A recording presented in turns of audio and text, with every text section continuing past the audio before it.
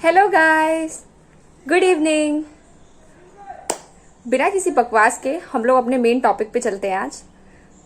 तो आज का वीडियो आपका क्लास 12 का स्टार्टिंग से आपको कैसी प्रिपरेशन रखनी है कि आपके 100% मार्क्स आप पा सकें, आप जितना स्कोर करना चाहते हैं आप उतना स्कोर कर पाए। तो चलिए चलते हैं हम लोग वीडियो की तरफ। बेसिकली 3 तरह के बच्चे होते हैं, 3 types of students are there.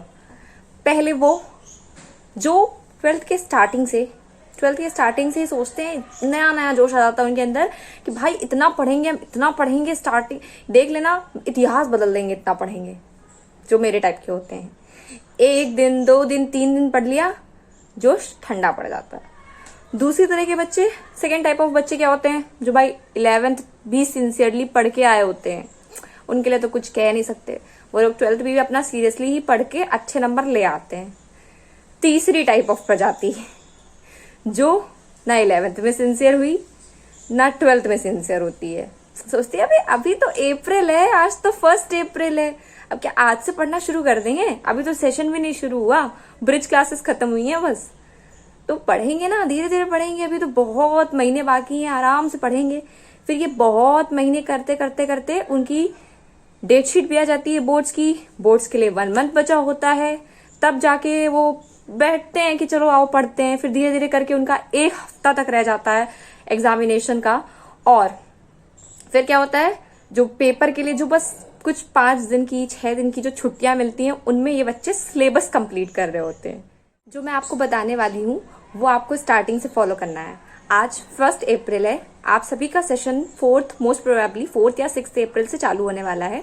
Bridge classes over हो चुकी होंगी और कोचिंग तो आप लोग की स्टार्ट होंगी ही, वैसे भी कुछ बच्चे पढ़ भी रहे होंगे। तो आपको क्या करना है, आपको ये नहीं सोचना है कि हमारे पास बहुत समय है। नहीं, आज अप्रैल है, आपके पास अप्रैल, मई, जून, जुलाई, अगस्त, सितंबर, अक्टूबर, नवंबर, दिसंबर, जनवरी तक काउंट करते हैं, आपके पास 10 महीने हैं। अगर आप 10 महीने में 30 दिन लेके चलते हैं तो आपके पास 300 दिन है, सिर्फ 300 दिन है आपके पास। और 12th का सिलेबस बहुत वास्ट होता है। फिजिक्स तो बहुत ज्यादा वास्ट होता है, मैं साइंस वाले स्टूडेंट्स के लिए बात कर रही हूँ। तो आपको फिजिक्स, केमिस्ट्री, मैथ्स सब कुछ मेंटेन करते हुए स्टार्टिंग से ही चलना है। आप जो भी पढ़ रहे होंगे अभी, आपको डे वाइज गोल सेट करने हैं। ये नहीं सोचना है कि हम 1 हफ्ते में ये इतना पढ़ लेंगे, नहीं। ऐसा करेंगे तो आप ये होता है कि लोग प्रोक्रेस्टिनेट कर जाते हैं। जैसे आपने 1 वीक लेके चले तो आप 3 दिन पढ़ते हैं और 3 दिन नहीं पढ़ते हैं। अब ऐसे 3 दिन आप नहीं पढ़ते हैं तो वो 3 दिन आपने जिस दिन नहीं पढ़ा वो आपका परसेंटेज घटाता है। इसलिए आपको डे वाइज आपके प्लान टारगेट करना है। जैसे कि आज हमारा मंडे है, तो हमने प्लान किया कि हम केमिस्ट्री का एक चैप्टर उठाते हैं, या आप चैप्टर पूरा नहीं चाहें तो आप सोच सकते हैं कि आप कुछ टॉपिक्स लेके चलें और इसको मैं आज रात तक फिनिश कर दूंगा, तभी मैं सोऊंगा। तो आपको डेली ऐसे गोल सेट करने हैं कि आज इतना मैं पढ़ूंगा, आज इस चैप्टर में मैं इतना पढ़ूंगा, आज इस सब्जेक्ट का मैं ये टॉपिक कंप्लीट कर लूंगा, आज ऐसा करूंगा। तो आपको सुबह उठते ही विदाउट प्लान आप बिल्कुल भी कभी स्टडीज मत करिएगा, कभी भी विदाउट प्लान स्टडी करने बैठिए ही नहीं।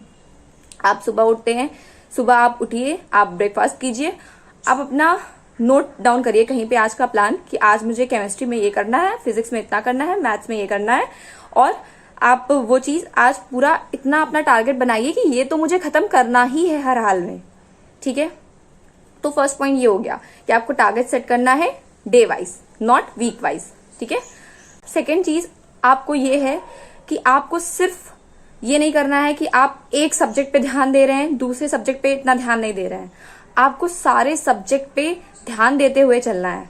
आप इन तीनों सब्जेक्ट को लेके चलिए साथ में ही, तीनों को साथ में करिए। आप सिलेबस को टुकड़ों में डिवाइड कर लीजिए कि इतना सिलेबस मैं इस मंथ में कंप्लीट कर लूंगा, इतना सिलेबस मैं इसमें कर लूंगा, तभी आपकी ये जो स्टडीज होगी वो सक्सेसफुल हो पाएगी। क्योंकि हमारा रिवीजन ही नहीं हो पाएगा अगर हम सिलेबस ही अक्टूबर तक, नवंबर तक पढ़ ही रहे होंगे बस। तो आपको ये मानना है कि आपको 2 बार तो अपना सिलेबस पढ़ ही लेना है नवंबर तक। उसके बाद नवंबर के बाद वाला जो समय होता है, दिसंबर, जनवरी, ये सिर्फ और सिर्फ रिवीजन का समय होता है, सिर्फ और सिर्फ। यहाँ क्या करते हैं कुछ बच्चे, यहाँ पे नवंबर में पढ़ने बैठते हैं ठीक है, दिसंबर में जाके वो पढ़ने बैठते हैं, सिलेबस कंप्लीट करने बैठते हैं, तो बोर्ड आने में कितना ही टाइम रह जाता है, प्री बोर्ड चलने लग जाते हैं और बच्चों का सिलेबस नहीं कंप्लीट हो पाता है। तो इसलिए आपको 12th में जमकर मेहनत करनी है और स्टार्टिंग से मेहनत करनी है। अपने गोल सेट करने हैं, अपने टारगेट्स सेट करने हैं और उसको फुलफिल भी करना है। आपको ये देखना है कि अगर आज मैंने ये नहीं किया तो आप ये बोल सकते हैं कि जैसे आप शाम को चिल आउट करते होंगे फ्रेंड्स के साथ शाम को, तो अगर आपको ये सोचना है कि अगर आज आपने ये टारगेट नहीं कंप्लीट किया तो आप कल वहां नहीं जाएंगे।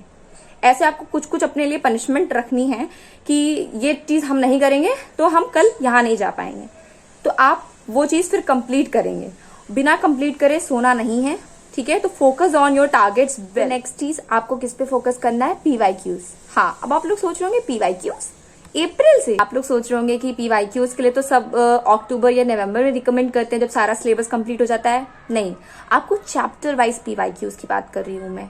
जैसे आपने मान लीजिए केमिस्ट्री में आपने पहला चैप्टर मान लीजिए फिजिकल का सोल्यूशन कंप्लीट कर लिया, ठीक है, तो आप उसके चैप्टर वाइज PYQs लगाइए। जैसे आपने केमिस्ट्री में सोल्यूशन चैप्टर खत्म किया तो आपने सोल्यूशन चैप्टर के PYQs लगा लिए, ये करिए।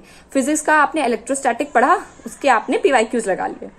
मैथ्स का आपने इनवर्स ITF पढ़ लिया अपना, आपने उसका PYQs लगा लिया। तो इस हिसाब से अपने आप प्रिपरेशन कीजिए, तो मेरा करेंगे अगर आप, तो मेरा यकीन मानिए आपको कोई हरा नहीं सकता। आपको जो लास्ट टाइम पे बोर्ड्स का प्रेशर होता है माइंड पे, वो आपको नहीं होगा। क्यों? क्योंकि आप चैप्टर वाइज ऑलरेडी PYQs लगाते हुए आएंगे।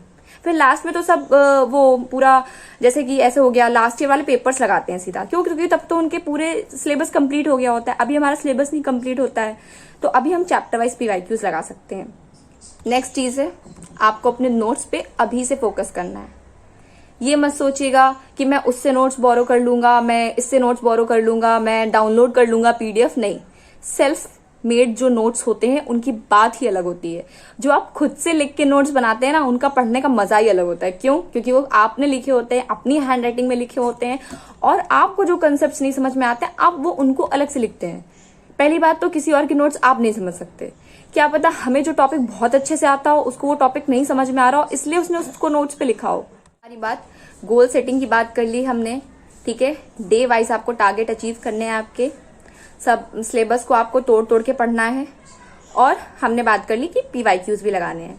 और एक और बात कर ली कि किसी एक सब्जेक्ट पे ज्यादा फोकस करके नहीं चलना है, सारे सब्जेक्ट्स को मेंटेन करके चलना है।